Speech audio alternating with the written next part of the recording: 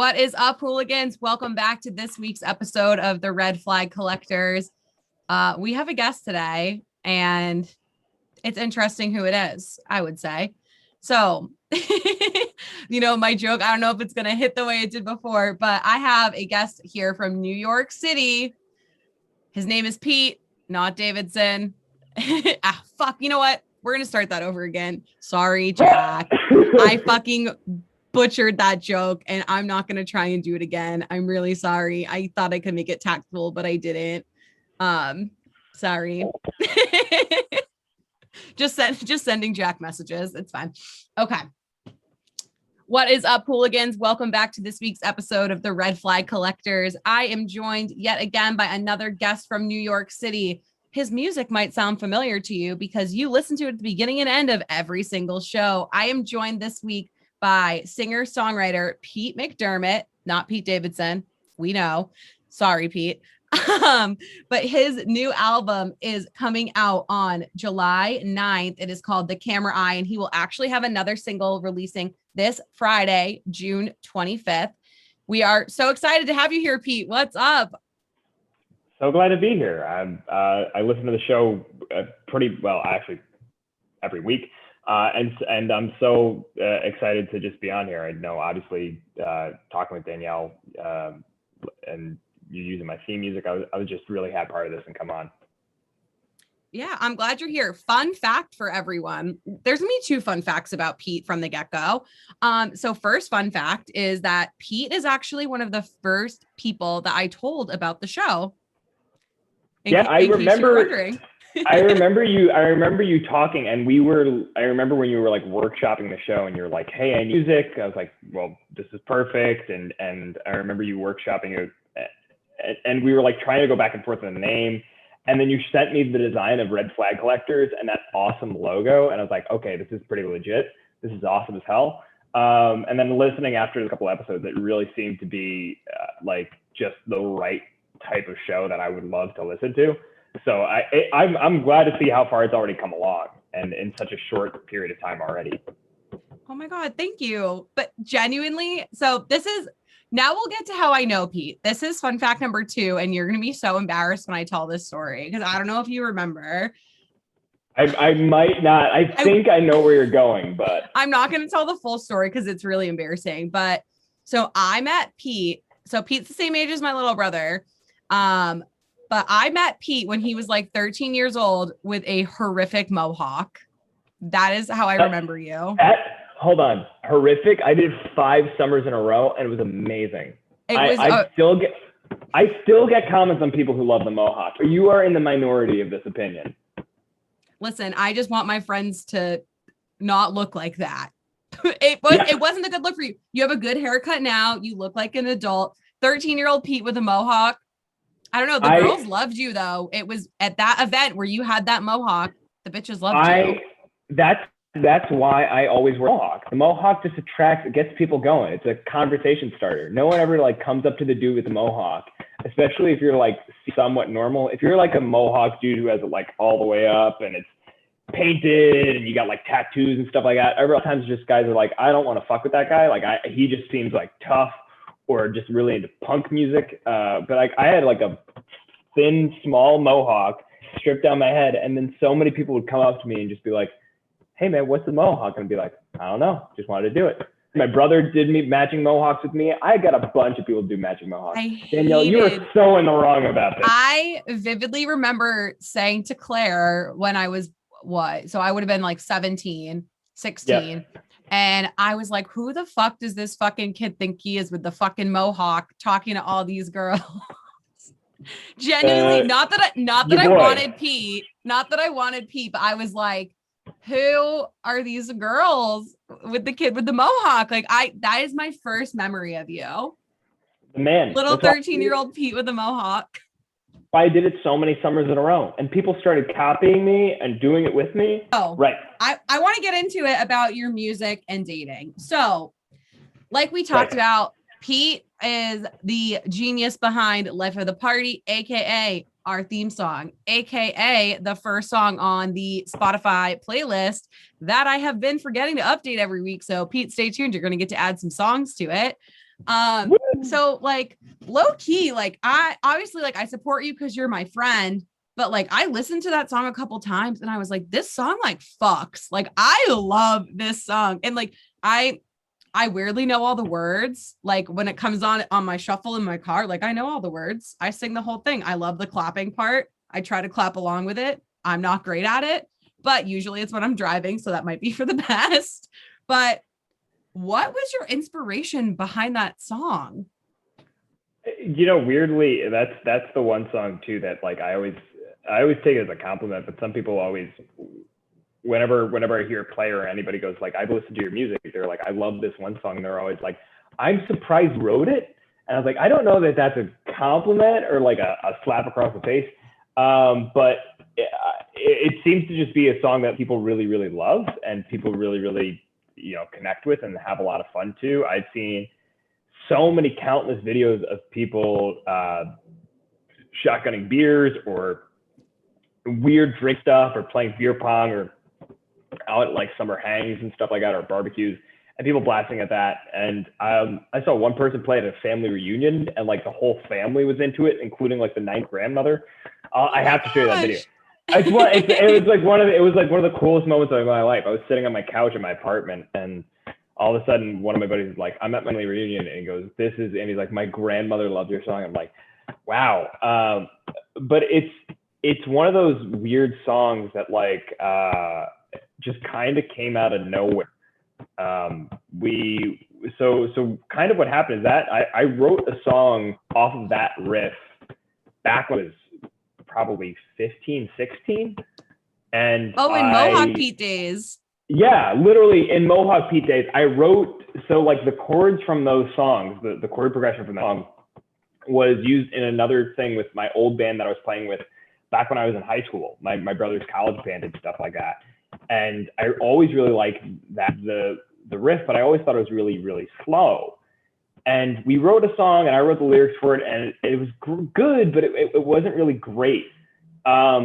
I always liked the progression, but I always wanted to like a little bit faster. And we played that show and we had a guy who stepped in and subbed in with us. And he's like, yeah, it's a great progression. He's like, it's just got to be faster. It's not like, it's a fun riff. Let's just kind of like bring it up a little. And so years later, I was actually out of the country. I was in Ireland for a funeral, which was one of the weirdest things ever. And I was like sitting there, and it's like a really bad day. I had a family member who like passed away over there, and so like we're sitting there, and I proceeded, you know, because it's like anybody who knows, you go to Ireland, you know, people there drink beer like water. And so like I'm sitting there with like a couple of family members, a bunch of friends, and a bunch of people I know. And I start getting progressively drunk throughout the night, like throughout the night. So much so like I woke up the following morning so hungover that I was praying to God to kill me because I thought it would be easier than surviving the rest of this hangover. It was the worst hangover of my life. Oh yeah, I was like, I got into that airplane. We were flying back home that day. And so like, I'm flying back in the airplane and I'm like shaking, shivering from the shake of like, oh no. Oh, and I'm throwing up in like the airplane bathroom. And it's like, I'm taking a ride over to Europe. Like that flight's a long flight and you're like, and I was hungover and we were up all the night before until like 2 o'clock in the morning. So I'm sitting there and I'm like tapping and I have demos on my phone. And so I was listening to the old demo that we had in my old band and it was playing through it. And I booked these recording dates and I was like, I don't have a final song to fill this. So I got to keep doing this. And I was like, so sad. I was like, I'll just kind of like listen to this and drone out and kind of like wake up and listen to this. And so I was listening to it and I started like tapping out and I started just kind of write out what had happened the night before of like I was trying to be suppressive and so happy for everybody in the midst of all of that, like just trying to be like the encouragement person, like being like, hey, everything will be okay, everything's all right. And I didn't like really take care of myself. So that like, hey, look at me, I'm the life of the party thing was all me trying to like get sad people to be happy. And then the night spiraling out of control, where like I actually threw up in a bed of flowers that night. I was gonna ask if you really did throw up in the I threw up everywhere. I threw up in a hotel. I threw up in the hotel lobby.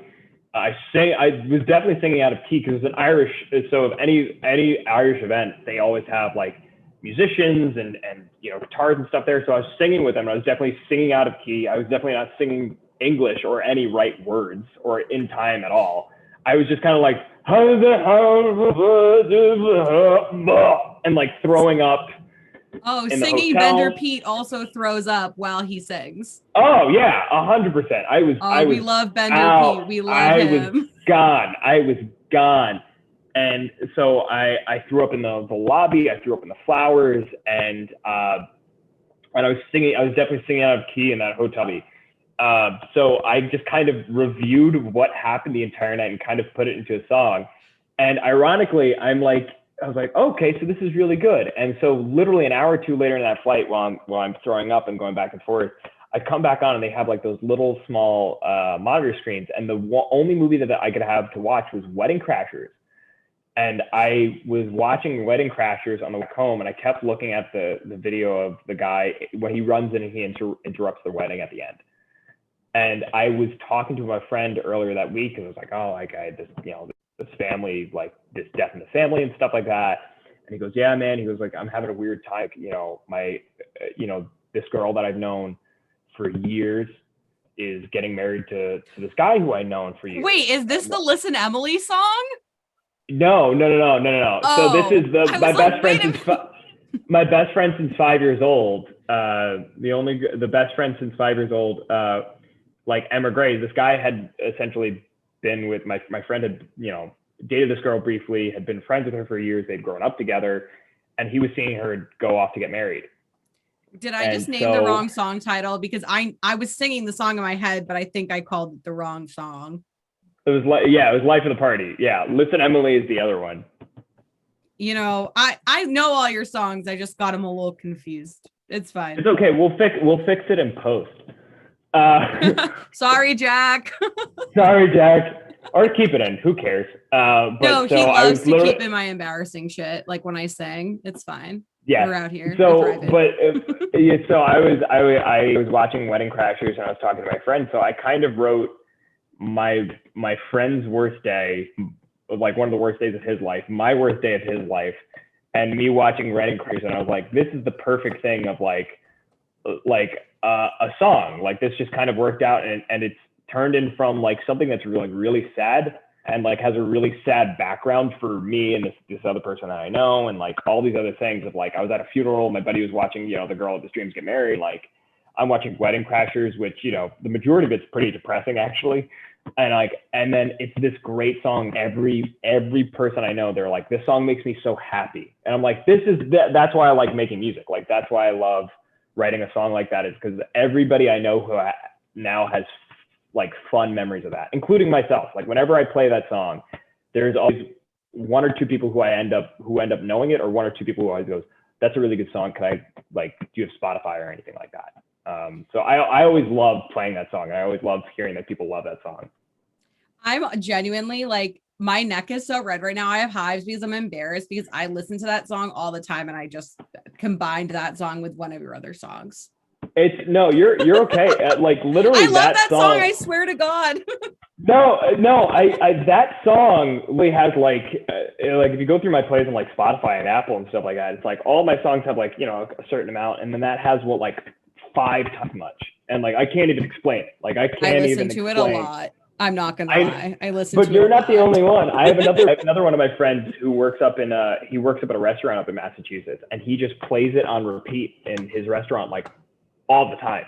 Just like he was like, I throw it on at least twice a day. And I'm like, that's great. And he's like, I never get sick of it. I'm like, really? Because I do. Like I wrote it, get sick of it. No, it's great. I'm gonna perfect the clapping part one day. When you play your next show in Massachusetts, I'm going to have the clapping down. And also, guys, I convinced Pete in the hour that we chatted before this that he's going to learn a Machine Gun Kelly song. And if he denies it, I'm going to sing it for him. And he can just play the guitar in the background. Sad Boy Rock. Let's do it. I'll do karaoke with anybody. Oh, no. I need you playing the guitar, but I'll sing the part that the guy from Sleeping with Sirens sings because it's like really high pitched and you can sing the Machine Gun Kelly part. I think this is a great duet.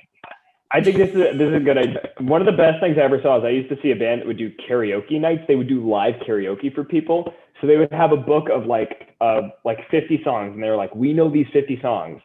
Anybody who comes up from the bar, if you pay $2, you get to sing with this full band, and you get to pick this song. And I was like, that's the dopest thing ever. Because I did fun. Yeah, I did it one night. I think I did some Kings of Leon song or something. I was like, this is the coolest thing ever, because even like the regular guy can feel like a rock star for like 5 minutes. It's like, I can go kill that one Journey song, that one Killer song. I can go kill it. All right, so it sounds like we have a plan for when you have a show in Boston, and I'll bring the band. We'll do a full karaoke. Fuck yeah. I will I'll call the draft and see if they'll let you. That would be fun. Only if I'm allowed to be the other star of the show. Let's be real here. I'm an excellent singer. We need an MC. You need an MC for every show. Oh, well, it's a good thing I can also rap, so I can rap the in between. Oh, yeah, we could probably skip that. We don't need that. I don't that's not necessary. So for any listeners who watch the YouTube live show that I'm on, I don't even think I told you this, Pete. I'm on this YouTube live show. Crew. Yeah. So you guys haven't seen the video yet, probably. I have to talk to my friend and see if she cut it yet. But we were talking about like your Mount Rushmore of rap, and I'm like not super into rap, and we had to rap our favorite verse of a rap song. And all I had in my head was Machine Gun Kelly, and I fully broke out into hives because I was so anxious about having to do this rap that I wouldn't do the rap. And instead, I'm going to relive this for the rest of my life just because it's on the internet forever. I read the first verse of Floor 13 as a beat poem. Like a freestyle poem? I know. I read it and I said, should I perform it again? It's a rhythm. No, hold on. I moved the microphone just to be ready to do this. Oh my God. I gotta see this. Oh my God. I'll send you the video. I can't do it now. But basically, I'll give you the first couple lines. I literally said, fuck. I've just spent way too many minutes watching videos of shitty little wannabe rappers dissing me. I just spent the winter after a fool trying to send a kill shot missing me. Young blonde Don and the XX mob got a gang out in Sicily. Well, I think they call me the gunner. I'm popping off on anybody if they trigger me. And that's exactly how I read it in front of a live audience on YouTube. That's what they call that slam poetry, right? Where that's all the guys in the jazz clubs like go, oh yeah, that's vision. That's art right there. That's how they closed out the show last week, was me reading God. That verse. I was the last one to go. It's a heavy closer. Yeah, I am in the XX mob. So that's me. I have a tattoo and everything. Did you know that, Pete? No, I did not. I got a Machine Gun Kelly tattoo in my butt the other week. You got a Machine Gun Kelly tattoo and the Tom Brady tattoo. You're batting 1,000 here. The Machine Gun Kelly tattoo is literally giant on my ass. I'm not even kidding. My mom would be so proud. She's going to find out. She listens to the show. Yeah, I mean, what is she going to do? Nothing. Sorry, Deb. Don't look at my butt. You won't see it. We've come a long way, Pete, haven't we? Since we met when we were just little youths. Yeah. I can't believe I did that performance for a second time. People would think that the guy with the mohawk at 13 would be the guy who has Machine Gun Kelly tattoo on his ass, but how the tables have turned. Dude, it's like this big. I have no tat at all, and I know plenty of people who do, so I'm just not. I haven't, like, at some point will I probably get one, yes, but I just have not crossed that bridge yet. Let me think about how many I have now. I'm counting, guys. No, take your time. Cool. This is really good stuff. Hold on. 14. I counted 14, but I think I have 15. or 16. I'm not even sure at this point. Oh, I do. I have 15. I forgot my butt. Good. You just got it on there now. Again, sorry, Jack. Sorry, Jack. But I know he's gonna keep my my reading of that verse in there. So I gotta hear a remix of that. If he can make a beat to that and just put the beat of the song and then you reading on top of it, that's an outtake that I want to just see on the social media out there if you can. Oh my gosh. Well, we'll see. Maybe. I mean, I could honestly do it. There is an instrumental version on YouTube, so stay tuned. I might do the whole song.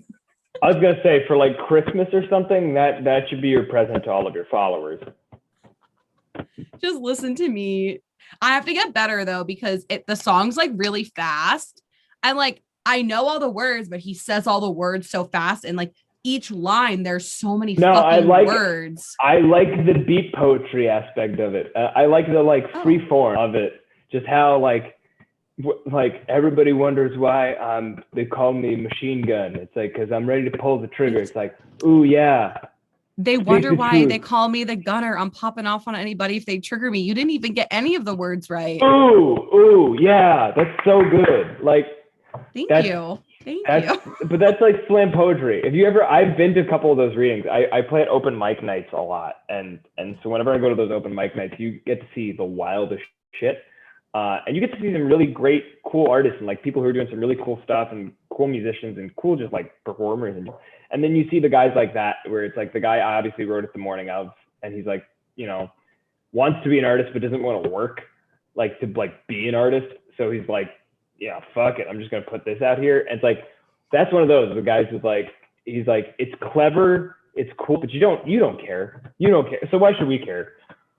That's fair. Honestly, there's a secret recording of me actually trying to do the rap version that I sent to the host of the YouTube show.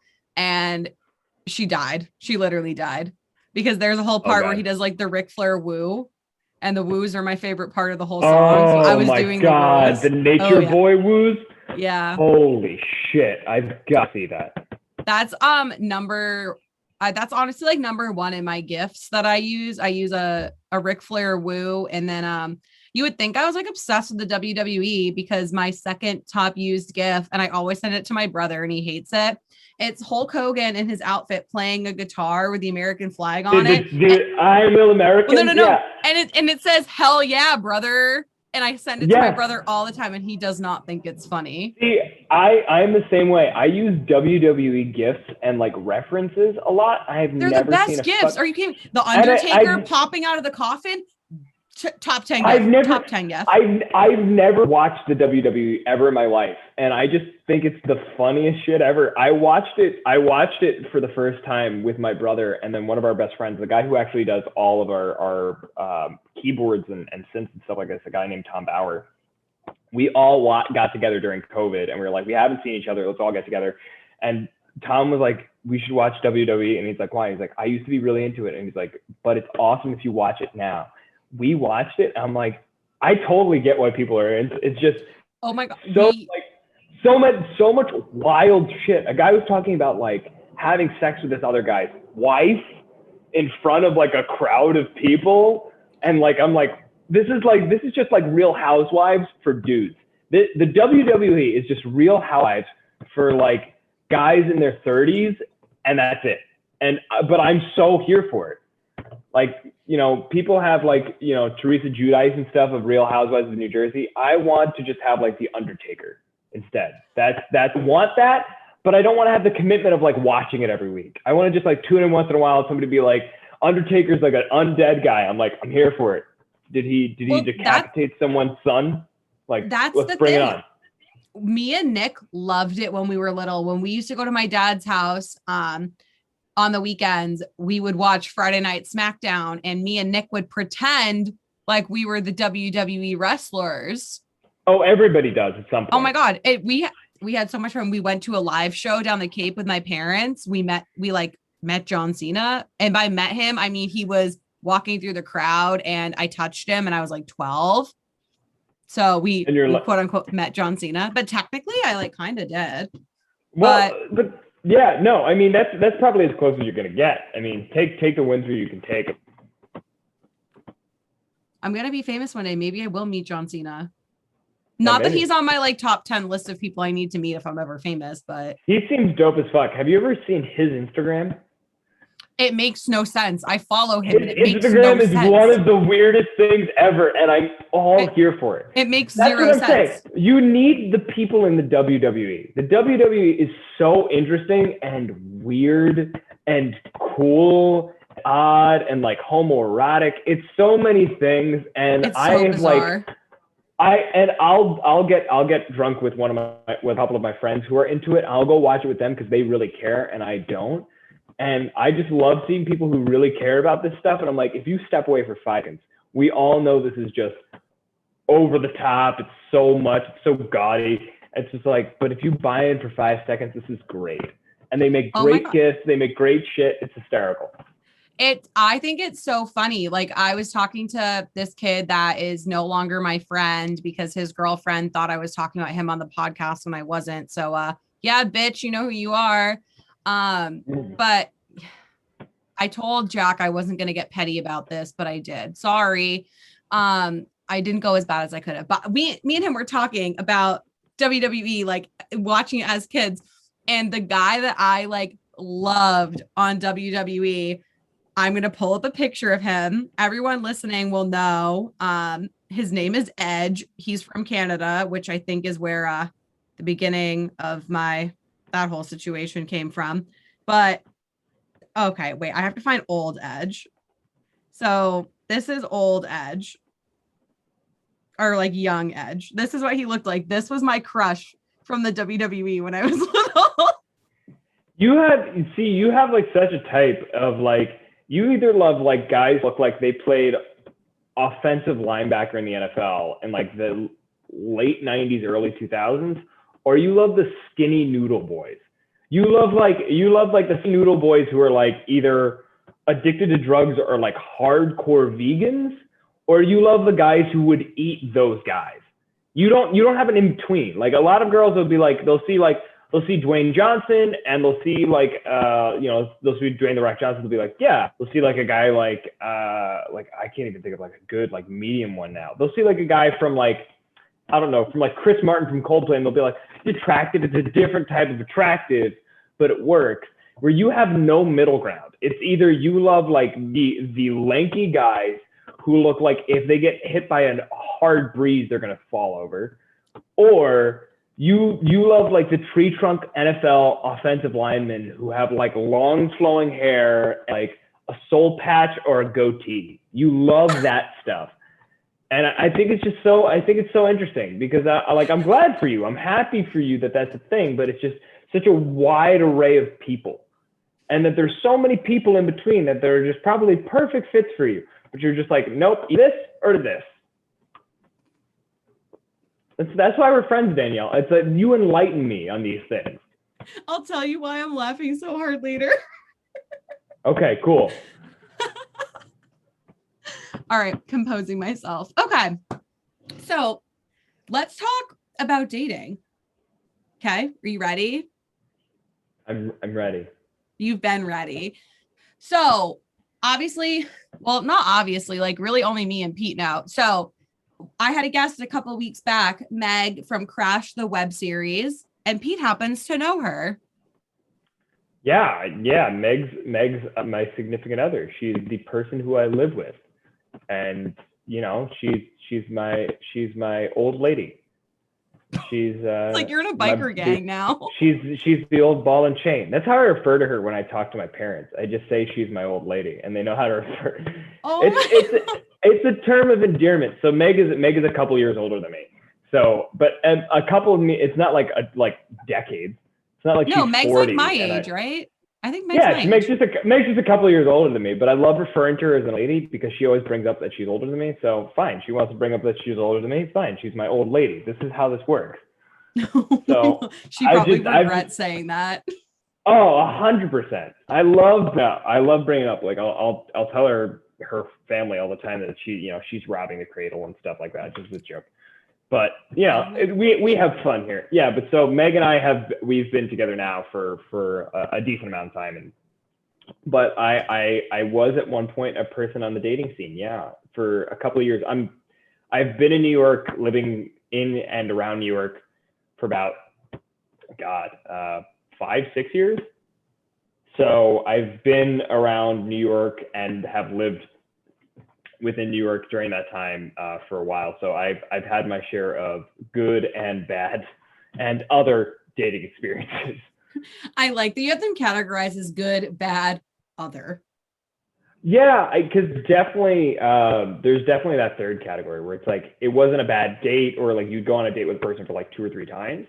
And then it would just be like, oh, you're cool. I think you're cool with me. I think we're just not matching, or there's just no chemistry, or you have like one of those where it's like, hey, this wasn't a bad date. This was just a weird date. And it's like, and it's beyond your control. We're just not going to do this anymore. This was just too weird to bring up in front of people. Like my first date with Meg was almost one of those. Tell the story. Go for it. So Meg and I met my girlfriend over a Hinge, the dating app. And if anybody ever needs like advice to start dating online, like I 100% do it. I did it for a while and it was terrible. And then I found, a person that I love much and I'm very happy with. But nonetheless, like we met on like the dating app, we were messaging back and forth, and she's a filmmaker in New York. So I was like, oh, okay, cool. So I was like, we should go do dinner and a movie, like real casual, cool stuff. And she's like, great. She's like, I'll pick the restaurant, you pick the movie. I'm like, great. So I picked a movie called The Lighthouse, which was a black and white, like semi-horror film with Robert Pattinson and this guy, Willem Dafoe, who I really like. I'm like, oh, it's like kind of artsy. It's getting like a lot of Oscar buzz. I'll take this girl to this movie. And it's like, it's not a really well-known movie, but it's like an artsy movie that's kind of well-known. It'll make me look like I know what I'm talking about, or like it'll make me look cultured. And I was like, this will make me look really cool. And so we go out to the bar. We have a great time at the bar. We're hitting it off. We're really doing really well. And we go to the Lighthouse and we go to watch this movie. And so for the first initial 5 to 10 minutes that we're in there, the Lighthouse is in black and white. And we come in there and the movie theater is full, and a movie in color comes on. And it's these people chucking these people down a well in full color. And all these people are wearing masks. And it's like this really trippy, weird thing. And she was like, I don't think this is the Lighthouse. And I was like, I don't think this is either. And so I turned to the person next to me. I'm like, hey, is this the Lighthouse? And she goes like, yeah. What do you think? And then like turns back and like, and then so we keep watching this movie. And then 2 minutes later, it's a short film. It ends. And it's like the well or something by whoever.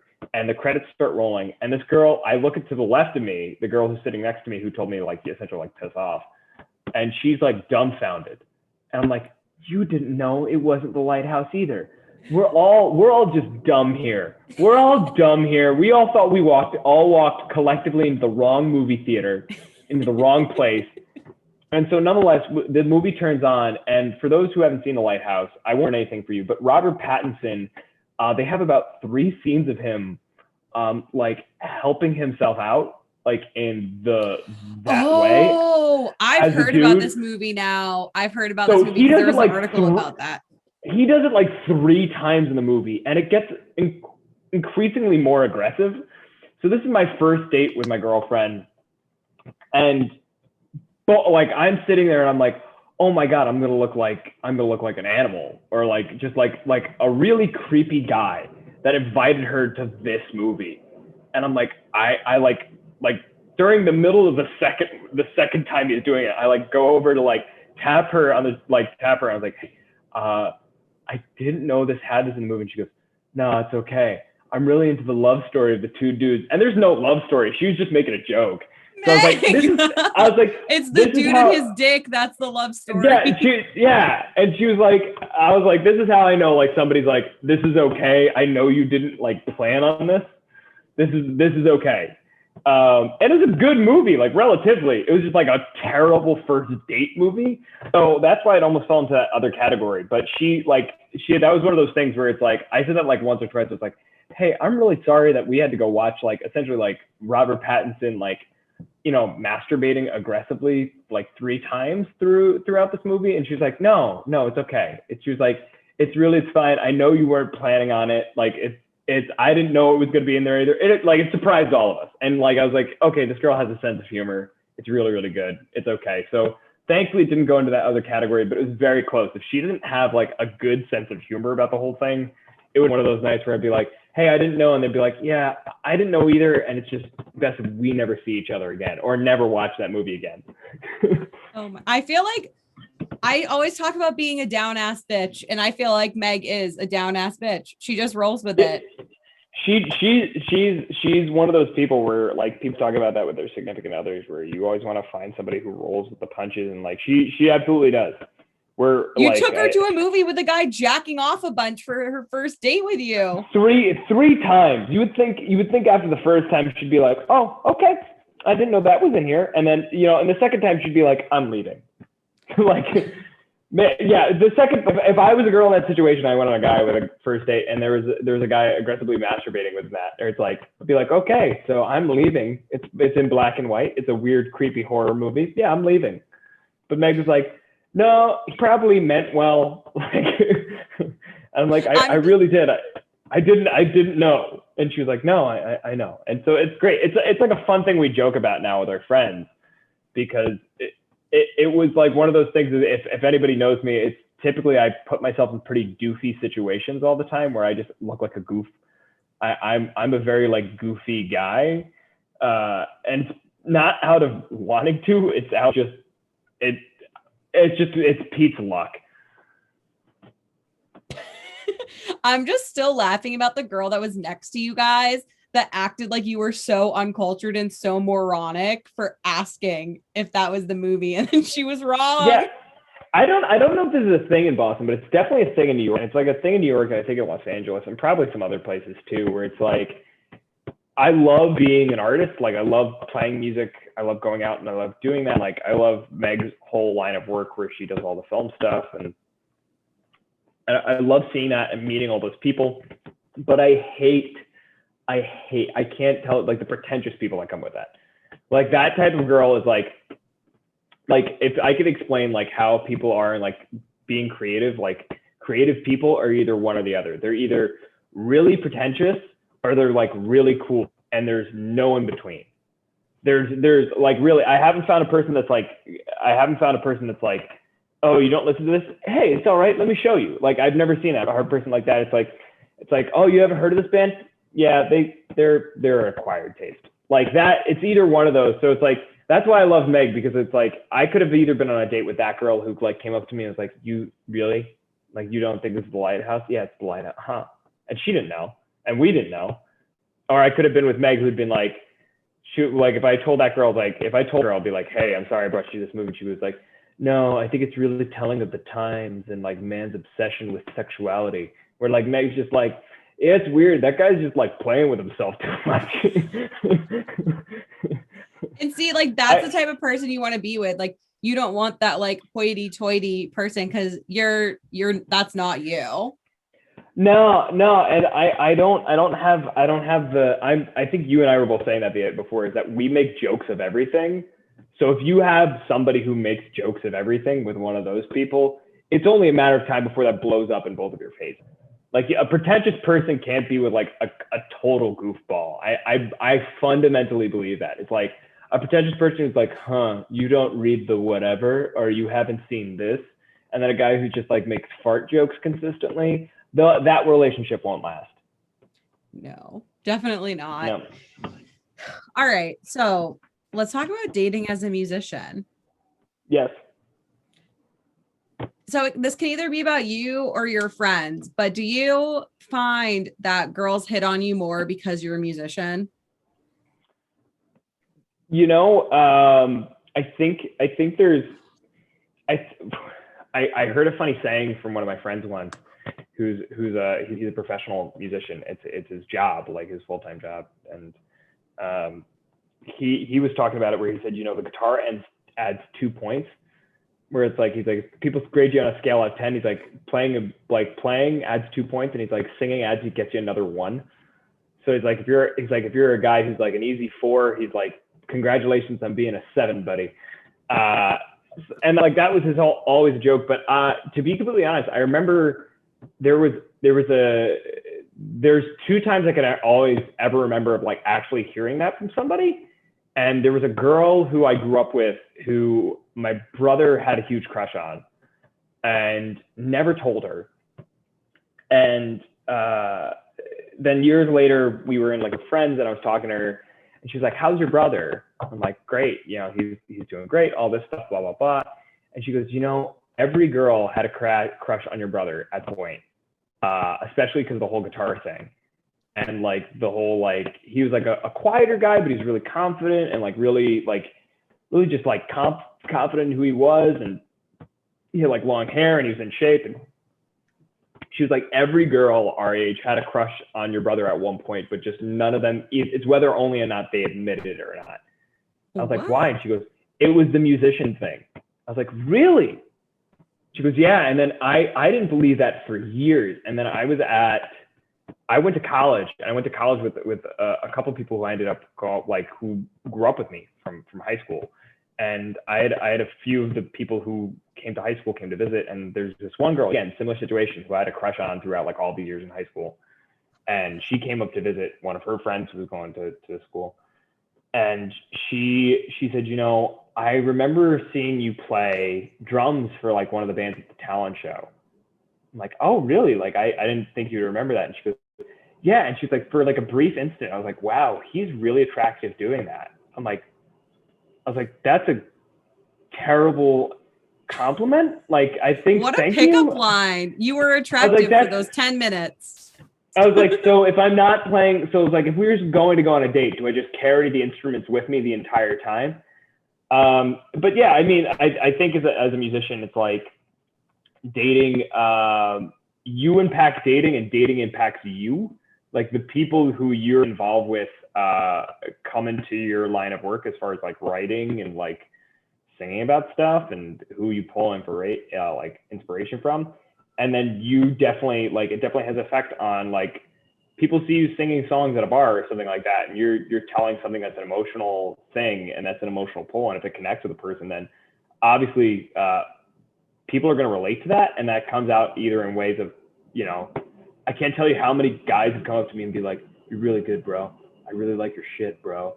And it's like, that's the dude equivalent of a pickup line. And so I've got a good amount of those where it's like, guys would come up to me and be like, yeah, you got a good voice, man. You're a good songwriter. And then, you know, girls would be like, hey, I really like that song you did. Where it's like, both of those are like kind of cool. That's so funny. And it kind of, you know, the adding the point scale makes sense. Like I have fallen victim to that with the +3 before. And like, it also explains why I think some of these DJs are so hot that like realistically, they don't fit into my linebacker or lanky noodle boy stereotype. I'm telling you. I just think they're hot, and they're not even that hot. If noodle boy's at 10, linebackers at 10, DJ guy's at like a 6, he can add 3 points right there. He just goes right up. But I'm telling you, like I had a friend of mine who he would casually bring up in conversation that he was a musician. Right, he'd casually bring up like, oh, I played guitar a couple times, and you know, oh, like I've got a guitar, I fool around, and then he would bring, you know, him and the girls would like go home after a date or something, and he would try like a series of songs out, and then he'd be like, this song doesn't work, the girls don't know the song, and then I remember him talking to him one time, he's like, you know, the one song that always works is I'm Like a Bird by Nelly Furtado. He's like, I'm Like a Bird by Nelly Furtado. He's like, every single time, he's like, I play it for a girl. He's like, they're crying or they're sing along or they're like obsessed with it. And they're like, I love that song. I've loved that song since I was like a kid. Or like, I've loved that song since I was like a teenage girl. Like that was the song I was singing like when I got my first car or any of that stuff. And it's like really weird because any of the guys or any of the girls who I know who are musicians do the same exact thing with guys.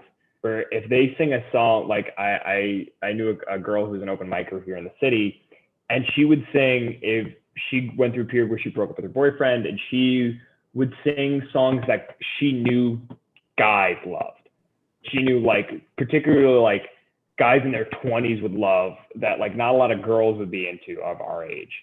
So she would sing like Red Hot Chili Pepper deep cuts. Like she would do shit like that.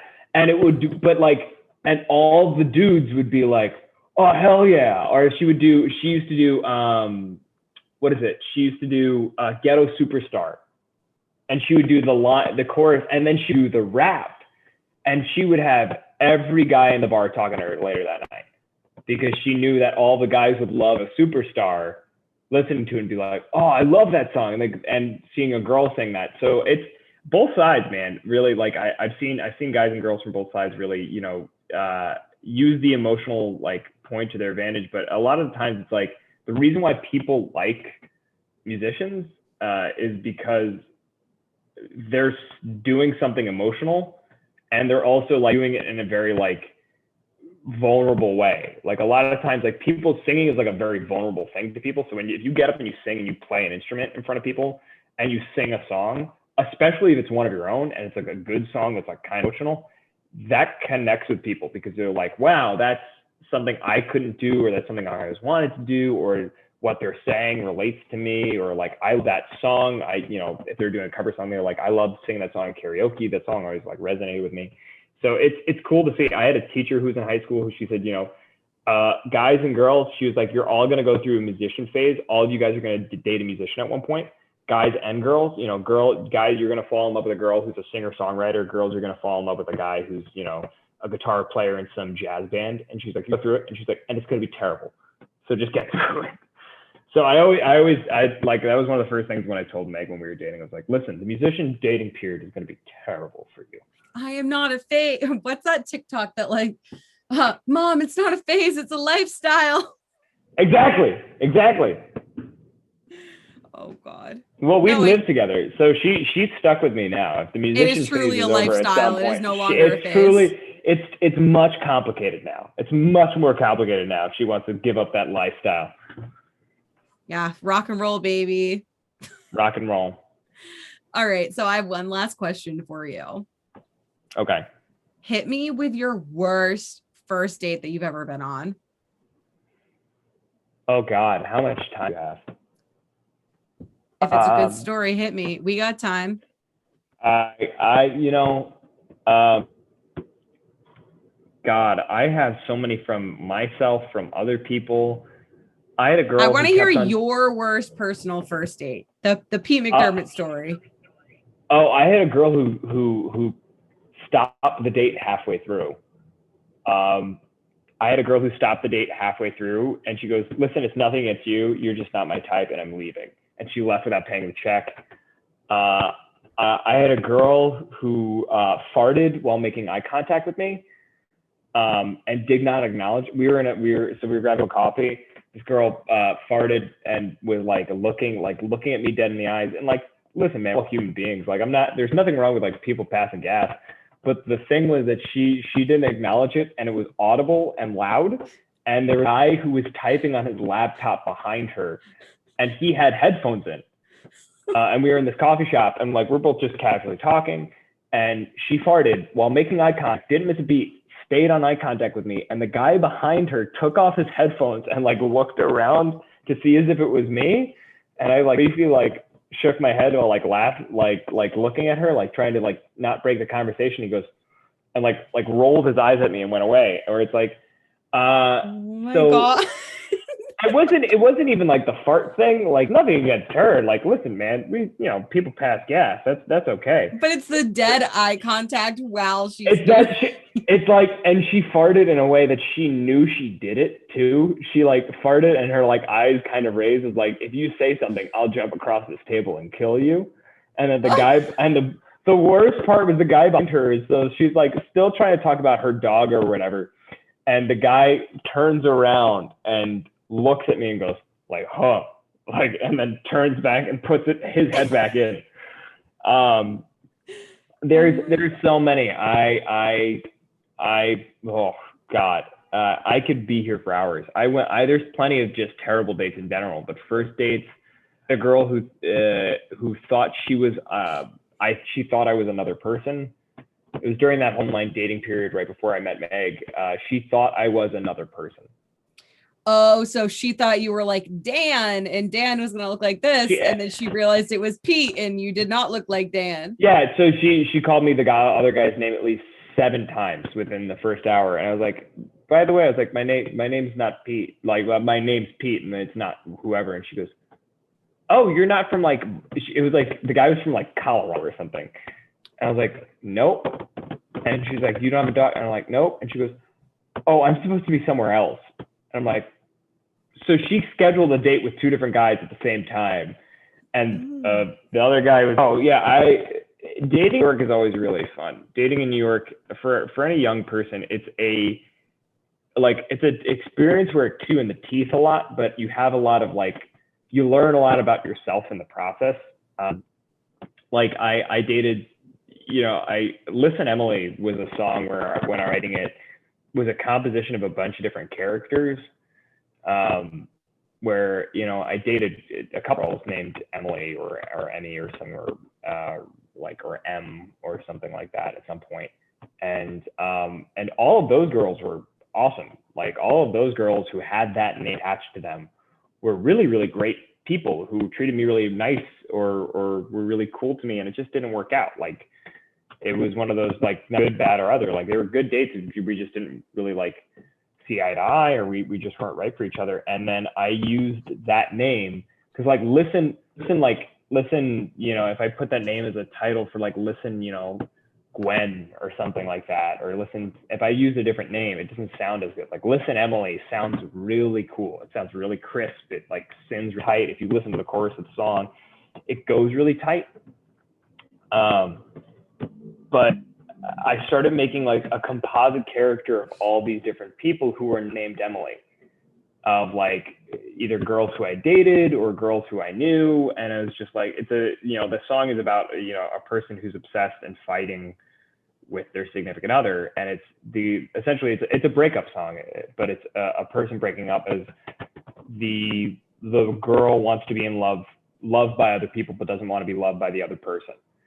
Wants to be loved by all these other people, and if somebody else gets attention, she throws a fit. And so I remember when I wrote that song and I put it out, and then I had I had 2 or 3 girls who I dated at various points in my life who were named, associated with that. And they're like, is this song about me? I'm like, actually, it's funny that you mentioned that. No, I have nothing against you. It's just your name sounds really good in the song. I'm sorry. Right. That's so and that's the one piece of advice I could always give to anybody who dates a musician or anything like that is if you date a songwriter, they will write about you. It's only a matter of whether they're right. Oh, I know. Yes, I know you know. But it's if you date a songwriter, they will write about you. No matter if they write about you nicely or badly. I have to send you that song. I don't know if I have sent it to you before. You've got to send it to me. Yeah. I will. It's honestly pretty good though. Yeah. I kind of like it. I do. Well, I feel now that we've talked about your worst date, let's talk about pickup lines. I've been wanting to ask a dude about pickup lines. So. Oh, wow. Okay. You're talking to the wrong person. I don't know if I was ever one to spit game. You don't know where this is going though. Oh, I'm okay. Go. Welcome to my show. I'm the star, bitch. Just kidding. What is the worst pickup line that a girl has ever used on you? Whether it's on a dating app, in person, the worst pickup line a girl has ever used on you. Oh, dude. Or the weirdest. I love weird ones. Yeah, see, that's the thing. I have a friend of mine. Me and my brother have a friend named Andrew, and we're just saying that Andrew always attracts weird energy. Just not, and I think I'm kind of the same thing where I just attach really goofy people, really weird characters, just doofies. And I that's something that's happened too with even my dating world. Is I had one person who said if people she was every person looks like an animal, and if you look like an animal, you would look like a horse. And I was like, okay. I don't think you look like a horse though. I don't either. I don't like, and I was trying to be You would like, have like really oversized teeth if you looked like a horse. And I feel like you have normal teeth. And I always thought that was like insult. Like I thought that was like a middle school. It was like, oh, horse face or something like that. I was like, oh, that was like a, and she was like, there's like a pickup line. And I was like, that's your pickup. Like, it's not bad. It's not good. It's just freaking weird. And I got stuff like, oh, when I was on dating apps, I went on like a dating app for about 6 months, took a break for like 3 or 4, just didn't want to deal with it, and then got back onto it again. And when I got back onto it, thank God I found Meg, because it was just swings and misses and just like terrible, weird experiences. Like I got stranded in the middle of the Bronx one night on a date. Oh yeah, I had it like we could be here for hours, but yeah, like pickup lines. I tried using a pickup line as a guy once, and it didn't work. So it wasn't even a good one. I tried. Oh, I was at like, oh, this is how bad it was. I was at a networking event for my old job, my old job. Like when I was still in college, it was like an internship. And there was this really pretty girl who I'd seen around, who I worked with a bunch. And I like pointed over to, I was like, hey, is there a phone charger over here? And she was like, no. And I was like, I was like, well, because I feel some electricity over here anyway. And she could tell it was a joke. Like I do dad puns like that. I would do dad pickup lines like that because I think it's hysterical. Like you said, we're the type of people who make jokes out of everything. And thankfully it got her to laugh. And she was like, that's terrible. And I was like, yep. And I got her number out of it. It worked. It was effective. But it was because I was doofy. But yeah, no, I don't even know if this is really a pickup line, but the same night that I went on that date, we were in a bar, and right as I walked in, I was about 5 minutes late, and it wasn't intentional. The subways were running late, and I walked in, and the second I sat down, the lights in the bar dimmed, and she goes, "Oh, the lights just dimmed." And I was like, "Yeah, I paid the guy $20 at the door to do that." And she thought it was like the cleverest. She always says, like, to anybody, she was like, that was one of the smoothest things you've ever said in your life. And I was like, really? I thought that sounded like such a tool, like dad type joke. And she was like, no, it's really effective. Yeah, no, she thought it was funny. I thought it was like one of those things in the moment where I'm like, please don't be upset with me because I'm late. You're like, this joke's going to land, or this joke is not going to land, and this girl is going to be more mad. Right. Literally, I was like, this is a make or break moment. And thankfully, I picked a girl with a good sense of humor. Do you want to know the worst pickup line I've gotten recently? I 100% want to hear, because I think you attract doofy energy like I do. Yeah. So, okay. I've been like back on the apps, but like I don't really care that much at this point. I'm just like chilling. Like me and Jack were just talking about this. Well, and like me and Jack were just talking about this today. Like we're both so content being single because like we're doing shit. Like we have shit to do. Like at this point, like with my job, my podcast, and like going to the gym, and like I don't see my friends a ton. When am I going to have time to schedule a boyfriend in there? Like I literally don't know. So I'm just vibing with life right now. So, but I met this cute guy on Tinder. I know first mistake was even trying Tinder. But it's like an ego boost because every time I swipe right on someone, they have swiped right on me, which I think is very funny. Like my guy friends literally like played a test on this at my friend's birthday party last year to see if it happened. And my guy friend who like has a Bumble was getting so mad because every time he swiped right, like I got like you matched. And every time he swipes right, it's like every like so often he gets a match. Like every 20 or 30. That's just how it is. I think so too. But so I met this cute guy on Tinder. We'll call him Craig. And he was tall. He was like from New Jersey or something. And I forget what he did for a job. I don't even remember, but I was like, oh, this guy's cute. Whatever. We'll give it a go. And so we start messaging, and then we just start texting because like sometimes my like app notifications don't go off, like whatever. And like, I don't care. So we're talking, we like made plans to hang out. And then later that night, we were talking about something, and he's like, oh, do you like wine? And I was like, oh, maybe he's like trying to like plan like a place for us to go that like has wine. And I was like, yeah, like I like white wine. I like rosé. And he goes, oh, it's a shame you don't like red wine. And me just like kind of being oblivious, I go along with it. And I was like, oh, like, is that your favorite? And he's like, well, I have a bottle here and I don't want it to go to waste. And then I pause in my head. I'm like, something weird is going to happen. This man sent me a picture of him holding a wine bottle with his boner next to it. That's something I never like. I was never a guy who did the pics. I had plenty of people who I know who were either girls on the receiving end who I was friends with, or guys who would, you know, net out to people and just be like, hey, and it's like, you're an animal. Like, you're a terrible person if you're sending that out to people. Thankfully, I'm not really like friends with those people anymore. But like, I remember literally one of the girls who I used to hang out and be friends with in college. I remember seeing, and she was like, I've gotten like 20 of those in a week. And I'm like, are you serious? And she goes, oh yeah. And she started going through and she's like, yep, just guys on Bumble. And she's like weird pickup line, like dick pic.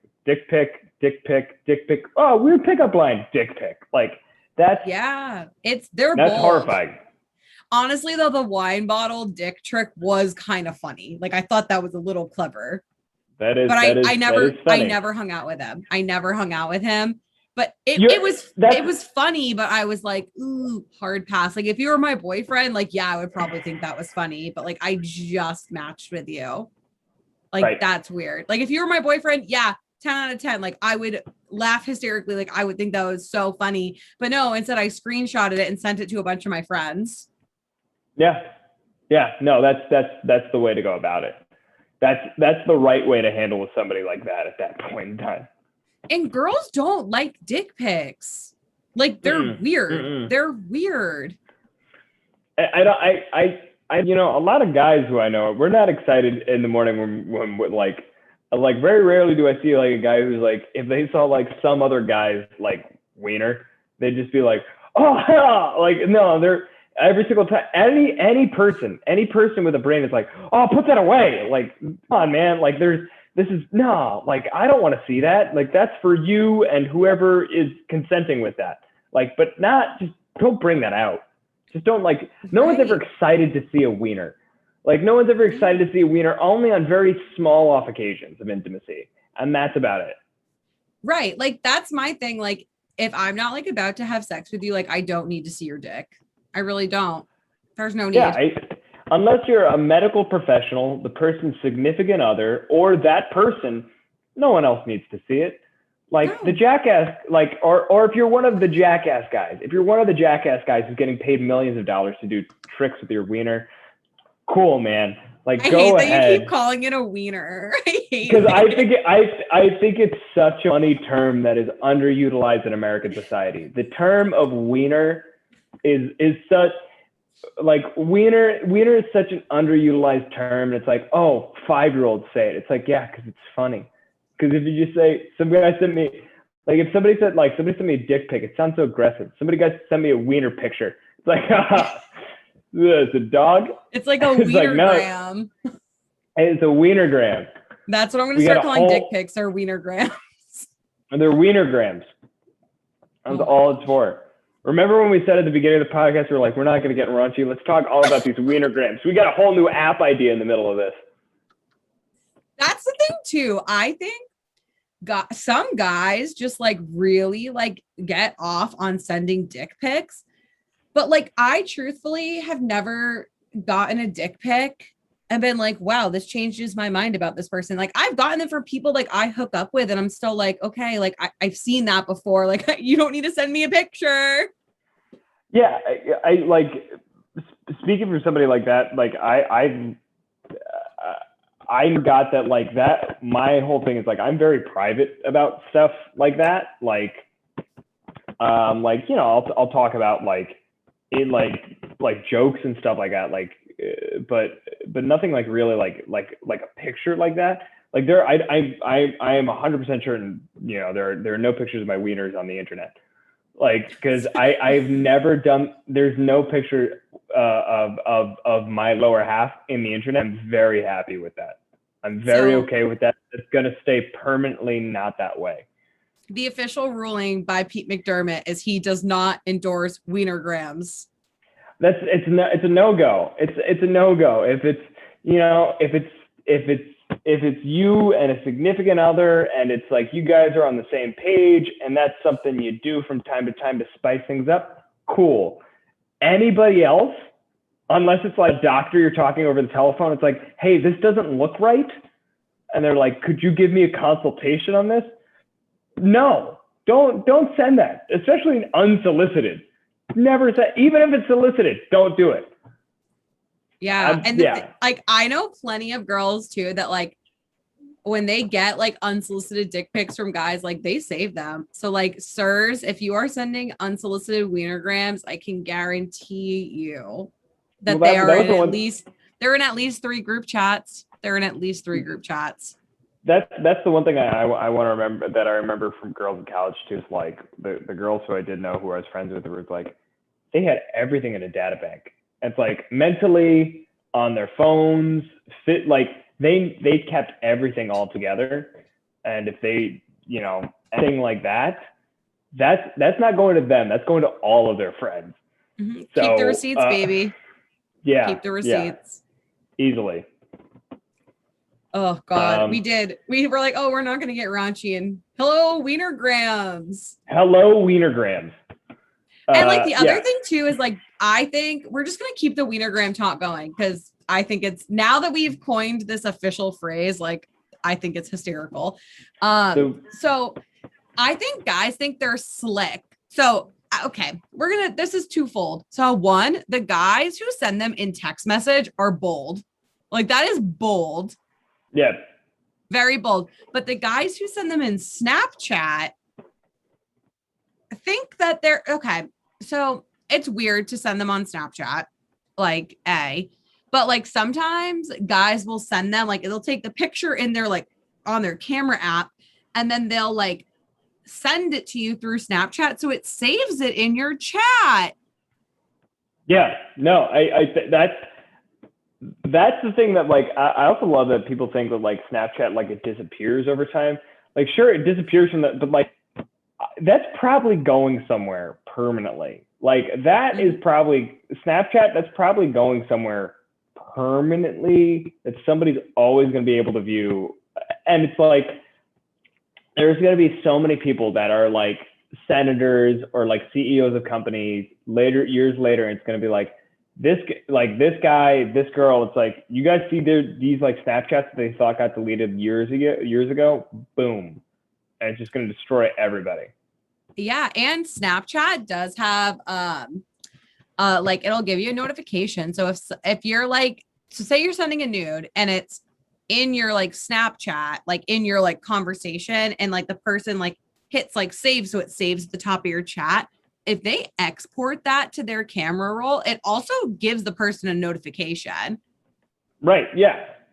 So it'll be like, oh, Pete saved. Not that I'm sending Pete nudes. I would never do that. We're homies forever. But if I were to send you that, it would literally send me notifications. Yeah, Jack, we can add in post, right? Jack, we can just cut that out in post. All right. So you know what? I'll rephrase this. Sorry, Jack, because I did word that weird. So let's think. So if Susan was to send, I'm trying to go Snapchat. I'm like, is there anything I've saved on my camera roll? And the last thing I saved was a meme of my buddy, and it was literally just one of the meme I told you about earlier, where it says, say something devastating, but say something short but devastating if you have nothing nice to say at all. And that was the last thing on my camera roll. Well, okay, so let me get back to my explanation, not using us as examples. I was just looking at you and I thought that was easiest. So you're welcome. Say Susan sends Clarence a nude. Clarence can save it to the top of their chat. But Great. If like for, like a couple weeks later, Clarence and Susan like get in a fight, Clarence can literally like click a button and export it to his camera roll, but Susan will get the notification. So like guys who try and do that also aren't slick, because you get caught that you're doing that. But also don't send your nudes in the chat. Like if you're gonna send a Snapchat of a nude, Send a Snapchat. Don't send a conversation. I never do. So like Snapchat is one of those things where it's like I did very spare. I use Snapchat like text messaging. I don't really use it like, because I know there's that whole chat function that people can like save shit. I don't use that as much. I use it like if my friends are like, I have a friend of mine subscribed. He had a review for some movie and I loved his review of it. So I say that. But like a lot of times it's like text messaging. I don't even use Snap. I receive snaps and I just love seeing it because I have friends who go like hiking or shit and they'll send pictures. But I like Snapchat was like, some guy definitely designed this in college dorm and was just like, I want all the pictures that I don't want anybody ever to see again to appear in 10 seconds. And this is what it should, and that's what it should have stayed as. That's 100% what it should have stayed as. No, Snapchat's for nudes and cheating. We talked about this on one of the first episodes. That's what people use Snapchat for. I remember that on one of your episodes. Yeah. I'm like slowly getting off the Snapchat game. Like I'm kind of over it. I think like with like Snapchat and Instagram too, it's like those two apps in particular are like very like vain, like very obsessed with like vanity and shit like that. And that's like one thing, like the whole album that I have coming out, The Camera Eye, is like very much, I write about it. And The Camera Eye, literally that song I wrote about people being like obsessed with like what they want to be, like people becoming obsessed with TikTok and people becoming obsessed with all these things. And it's like the idea of like vanity, and like now it's a cool thing that people want to just be like self-absorbed and self-obsessed. It's like, I think Snapchat and like Instagram have like really played into that, of like, take pictures of yourself, take pictures of like those weird moments that like you want no one else to see, but you kind of want them to see it because it gets you attention. And then it's like, so it's like, like when I was writing this like album, it's like, that was one thing. It's like, I took a break from social media for like a long time to just kind of like dismiss and like step away from it. And I did it within like the past year, because I just thought it would be just something cool to do with myself. It's like, this is something I spent a lot of time on. Like I do it kind of for like, to keep up with friends, and then, you know, for the music stuff. And then taking a look back from it, it's like, wow, it's like real voyeuristic. And like voyeuristic, it means like watching other people do stuff you want to do. And like Snapchat, Instagram are like perfect for that. It's like perfect for like living out other people's lives. And like I wrote a lot, you know, ironically, I wrote like 2 songs on the album about this. It's The Camera Eye, and then the second song that follows it is Song Addicted, where both of them are just like, I was looking at this song, I started writing those songs like years ago. And then they started taking on this new life after I took a break from social media for a little while. And it was just cool to kind of see how it transformed a little bit.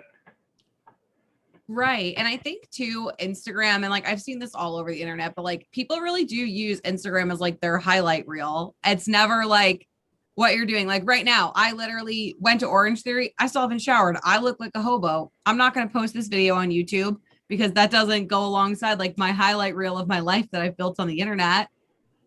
Right. And it, you know, it's like, it shouldn't, like, I you know, it's funny, like I'm very candid with like, you know, the people who are day to day in my regular life. But I think it's like one of those things where there's like the idea of like some things should be for yourself. Like some things should be like, I remember like I went hiking with a guy that we both know, a guy named Blaine. And we went hiking one time, and we were going out there, and I was like, my first initial reaction, we got to like the peak of this hike, and my first initial reaction was to take my phone out of my pocket and take a picture, and like show it on Snapchat to people. And he like literally held my hand, and he's like, put the phone down. He's like, this is just for us. He's like, you and I, we're the 2 guys who are hiking here. This is just, you and I are just gonna sit and we're gonna enjoy the moment together. And I was like, one of those things where it's like, outside of like the whole like bromantic thing, it's like really cool. It's like, yeah, take a second. Like, doesn't need to be shared. Like, this is like, and that's one thing. Like, when I was writing this whole new album is the real focus of like the weird dichotomy of like, obviously I've got to use these things, especially when you're trying to push an album and when you're trying to like make it, you know, Like if you're trying to make it a podcast, if you don't have a social media page, you're a fucking dinosaur. No one's going to pay attention to you. Right. But No it's one will also know. it's like, right. And, but then also you don't want to, when you're trying to do like the podcast, or you're trying to do, you know, a music, or you're trying to do like, you know, when I'm talking with, you know, my friends who are in film and stuff, like it's hard because that line of like your personal life and that professional life is so blurred, because you're doing single thing in your personal life is coming back. Yeah. So it's like, we need to follow one of the ground rules of leaders, be here now. Yeah, man, focus. And that's, I was writing a lot of songs, like a lot of these songs that I have on this upcoming album all have to do with like one of them is called The Camera Eye. And then the other one, I wrote a song called The Did, and I used the basis off of it from the Muppets show. Did you ever watch the Muppet Show? It's like it's like an old show. So the Muppets, like, you know, like the little like puppets that they have. Oh wait, the Phenomena thing. Phenomena. So they had a show, and I got drunk one night, and I was watching it with a bunch of my friends, and I was like, wow, this is fucking awesome. And they had a theme song, and I took this theme song, and that's what inspired me to write these songs. And like literally, like the second song on the album, the Muppet Show starts with, "It's time to light the music. It's time to start the music. It's time to light the lights." And then the starting to the second song on the album, it's time to start the music. It's good to go. Let's kill the lights. So I was like,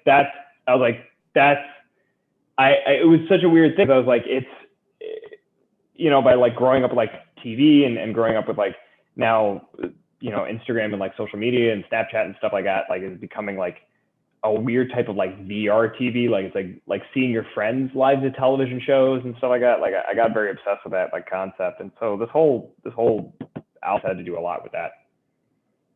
It's very interesting. I know. And I think too, like, I didn't get Instagram till I was like probably a sophomore in college, but like, and you're probably better for it.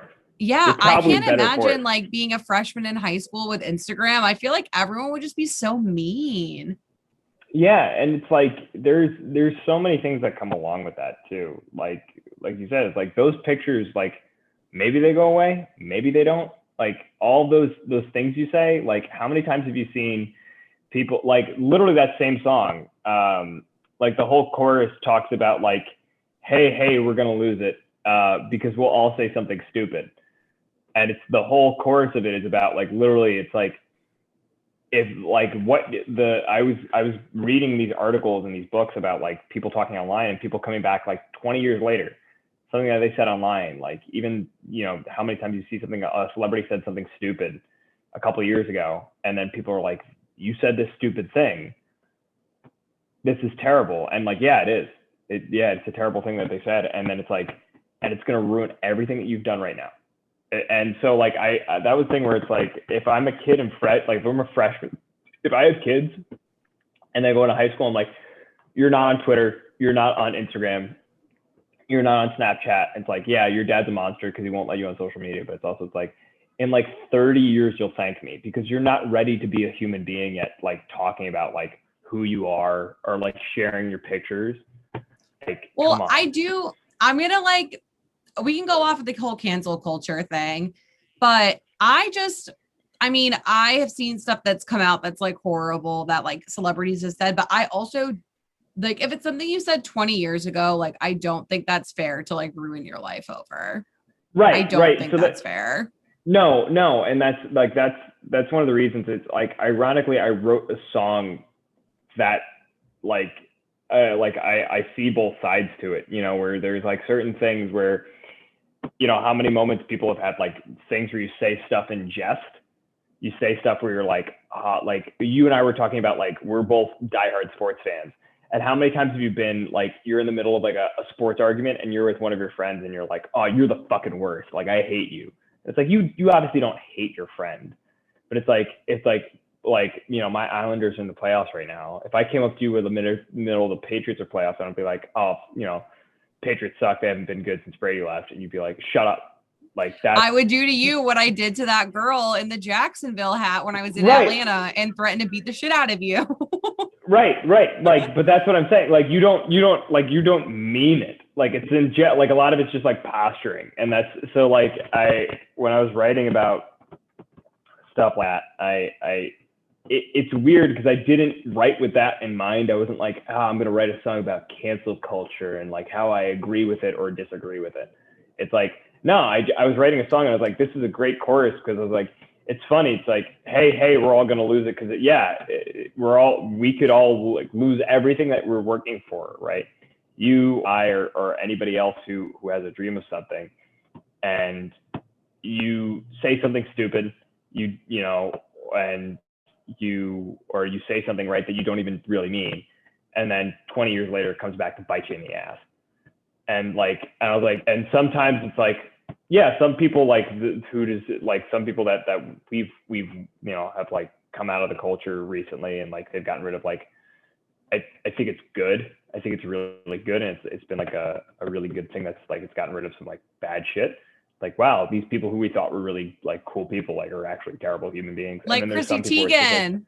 Literally like Chrissy Teigen. Yeah, like that shit where she was like, she was like split your wrists or something. Like, I was like, she literally told a 16-year-old girl that like her dream was her dying.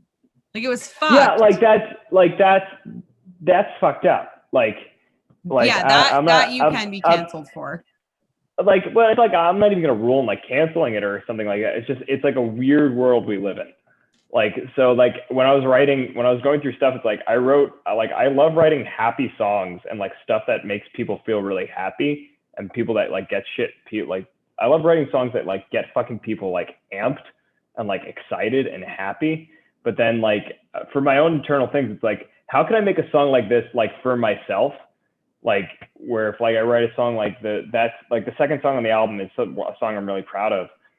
And I was like, it's a song in my set now that whenever I play it, like, I'm really excited because the crowd gets really into it and people get really excited to hear it. And I was like, you guys have no idea what I'm talking about. And I'm like, I don't care. I'm just happy you guys like the song. But I was like, internally, like as a songwriter, you got to keep like making it challenging for yourself. Yeah. So I think that's awesome. So now we have a lot of content and a lot of things for Jack. Yeah, we have a lot. We have particularly the weinergrams. Yeah. That honestly, a lot of content. It's like, I might make the title of the episode weinergrams. Do it. But no, thank you again, Pete, for coming on. I'm going to give you a couple minutes or a minute, however long you need to plug yourself, some new projects, anything you're working on. Tell the people what's up. So you can find me anywhere on social media with Peter McDermott Music. It's at Peter McDermott Music, Instagram, Peter McDermott Music on Facebook, or even petermcdermottmusic.com.